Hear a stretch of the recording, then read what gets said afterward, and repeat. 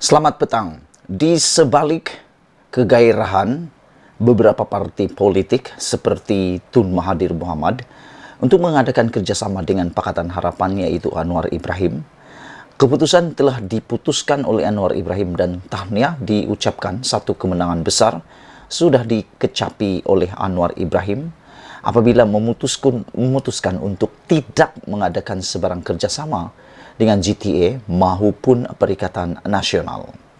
Biarkan 3 atau 4 penjuru PRU 15 bukan saja untuk menghalang kleptokrat, tapi juga akan membenam katak dan pengkhianat pada PRU kali ini.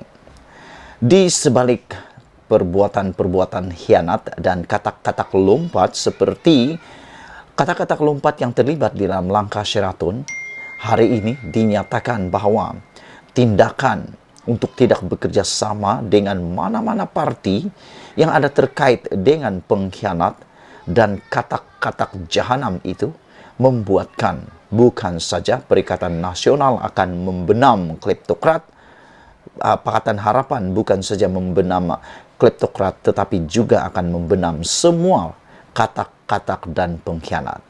Di sebalik keinginan Tun Mahathir agar parti-parti pembangkang saling bekerja sama bagi menumbangkan Barisan Nasional mendapat sambutan agak dingin, dan meskipun Anwar Ibrahim juga memutuskan dan tegas tidak akan menjalin sebarang hubungan baik dengan Perikatan Nasional maupun GTA, riuh rendah suara penganalisis politik dan ahli akademik yang mahukan penyatuan blok pembangkang masih lagi kuat kedengaran. Mereka secara umumnya memberi ingatan tanpa saling bekerja sama, blok pembangkang tidak akan berjaya merebut kuasa dan hanya memberi lebih laluan selesa bagi Barisan Nasional berkuasa semula. Disarankan juga, meskipun berbeza pendapat dan pendirian, semua parti pembangkang mesti berlapang dada dan bersatu hati untuk satu perkara, yaitu menghalang Barisan Nasional menjadi kerajaan semula. Benarkah hanya dengan penyatuan pembangkang saja Barisan Nasional boleh dikalahkan? Apakah menumbangkan Barisan Nasional satu-satunya matlamat tunggal yang maha penting, yang wajib dicapai bagi blok pembangkang, khususnya Pakatan Harapan, dan ia mengatasi semua keutamaan yang lain? Memang benar bahwa menjadi kerajaan, menumbangkan Barisan Nasional dan mengelakkan kleptokrat berkuasa semula adalah misi penting bagi blok pembangkang. Tetapi PH jangan lupa kepada persoalan lain, yaitu keserabutan politik yang berlaku hari ini adalah disebabkan pengkhianatan dan kerana ada ahli politik yang tidak malu menjadi kata.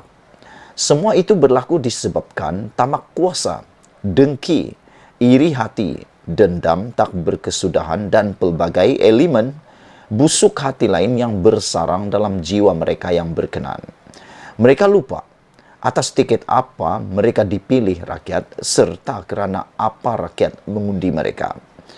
Disebabkan semua perangai jahat itu, maka kerajaan PH yang dipilih melalui undi rakyat lebih rela dijatuhkan sehingga membuka laluan kepada parti yang kalah menjadi kerajaan. Jika Pakatan Harapan setuju menjalin kerjasama baik dengan PN atau GTA untuk menghadapi PRU 15 akan datang, bermakna mereka rela memberi nyawa kepada pengkhianat dan katak untuk bernyawa semula. Sementara UMNO dilihat begitu tegas menolak untuk bekerjasama dengan PAS semata-mata kerana tidak mahu menyelamatkan katak-katak yang telah melompat ke kolam bersatu, di manakah maruah PH jika masih berlapang dada, sedia menerima pengkhianat untuk tidur sebantal dengan mereka dalam satu kelambu? Lebih buruk sebenarnya setelah diselamatkan nanti dan katakanlah BN berjaya ditumbangkan. Apa jadi dengan blok pembangkang akhirnya? Tidakkah sesama mereka akan bergaduh semula Dan sudah tentu tajuk paling mudah untuk dijadikan bahan pergaduhan ialah Anwar Ibrahim mesti memberi laluan kepada orang lain yang tidak pernah puas berkuasa untuk jadi Perdana Menteri sekali lagi. Dalam arti kata lain, perbelahan dan dunia politik negara akan menjadi kotor semula hanya kerana blok pembangkang setuju untuk saling bekerja sama bagi menjatuhkan Barisan Nasional itu. Atas sebab itu, Pakatan Harapan mesti tegas menolak sebarang bentuk kerjasama atau cadangan berbaik semula dengan golongan pengkhianat dan mereka yang pernah menjadi katak sebelum ini. PRU 15 bukan saja medan untuk mencari kuasa bagi memulihkan negara dan melaksanakan reformasi serta menghalang kleptokrat kembali memegang kuasa, malah juga bagi membersihkan politik negara ini daripada kekotoran yang disebabkan oleh pengkhianatan dan kegemaran melompat parti. Golongan tersebut lebih mungkin dapat disingkirkan dan dibenam kerjanya jika PH tidak menerima mereka sebagai rakan kerjasama. Hanya dengan menyingkirkan mereka daripada memenangi sebarang kerusi saja dapat menjadikan politik negara selepas ini berada di tangan mereka yang suci hati, murni perjuangannya serta setia kepada parti. Jangan bimbang jika PRU 15 nanti berlangsung sama ada 3 atau 4 penjuru bahkan. Jangan lupa, PH menang pada PRU 14 dulu pun melalui pertandingan 3 penjuru. Mereka yang takut pertandingan banyak penjuru kononnya akan memberi kelebihan kepada BN sebenarnya lebih takut mereka tiada peluang langsung dalam mengutip kemenangan. Percayalah, pengundi lebih memilih parti yang ada prinsip perjuangan dan tidak bersokongkol dengan pengkhianatan serta pelompat-pelompat katak berbanding parti yang sanggup mengorbankan nilai-nilai murni sendiri demi mengejar kilauan fata morgana kuasa semata-mata.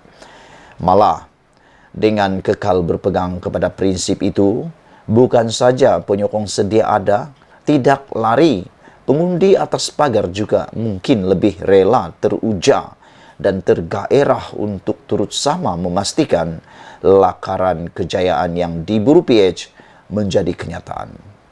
Ketegasan PH menolak untuk bekerja sama dengan pengkhianat dan katak juga selari dengan usaha mereka mengadakan MOU dengan kerajaan sehingga terlaksananya anti lompat parti. Sudah tentu ada akta lompat parti akan menjadi sampah di mata rakyat jika PH akhirnya memutuskan bekerjasama dengan kelompok yang di badannya ada cop sebagai pengkhianat dan pernah menjadi katak.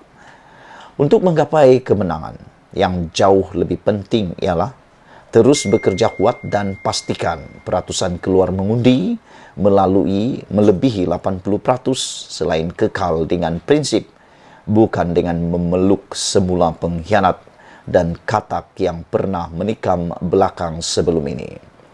Sabudin Hussein, sila tinggalkan komen Anda, tekan butang subscribe. Malaysia kita punya, kita jaga sama-sama. Cintai Malaysiaku. Bye-bye.